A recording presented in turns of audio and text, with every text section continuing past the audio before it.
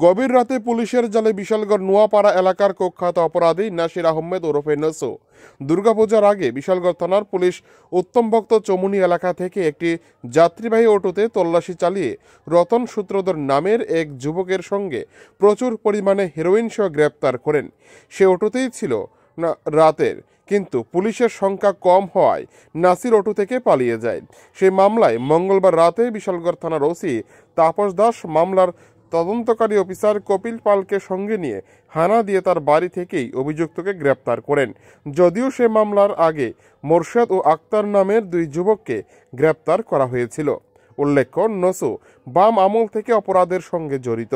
Bike চুরি ও নেশা মামলার আগেও গ্রেপ্তার হয়েছিল।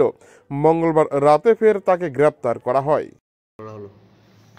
অ্যাকচুয়ালি সে আমাদের বিশালগড় থানার 2023 কেস নাম্বার 111 ওই কেসে সে ওয়ান্টেড এবং এফআইআর নেম বেবি ছিল, যা ঘটনা করেছিল 4/11/2023-এ।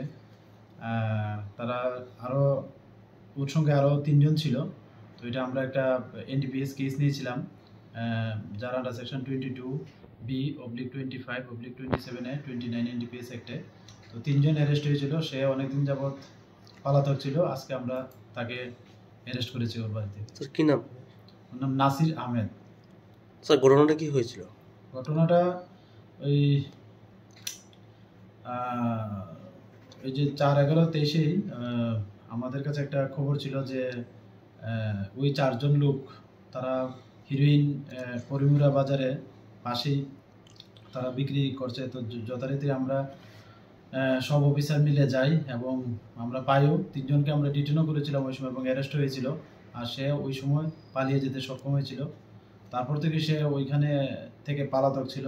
তো আমরা ওই সময় থেকে সিক্রেট সোর্স লাগিয়ে রেখেছিলাম। তো আজকে তাকে তার বাড়ি থেকে অ্যারেস্ট করা হলো। স্যার, যে অভিযুক্তকে আজকে গ্রেফতার করা হয়েছে তার বিরুদ্ধে পূর্বেও অনেক মামলা ছিল এবং গ্রেফতার হয়েছে, সেই বিষয়ে কি বলবেন? হ্যাঁ, আমরা পুরনো রেকর্ডও দেখছি এবং আমি যতটুকু জানি সে আগেও কয়েকবার অ্যারেস্ট হয়েছিল। এনডিপিএস কেসও প্লাস চুরির কেস ছিল। তো ওইসব বিষয়গুলো আমরা দেখবো। স্যার, আজকে তাকে গ্রেফতার করতে গিয়ে কি আপনারা কোনো সমস্যার সম্মুখীন হয়েছেন? সমস্যার সম্মুখীন না, তবে একটা তো বাধা বিপত্তি থাকেই বাড়ি ঘরের। তো যাকে এরকম না, ওদেরকে আমরা বুঝিয়ে বলেছি যা যা বলার, যে ওর কেস আছে, তো তারা বুঝেছে, কোনো অসুবিধা হয়নি।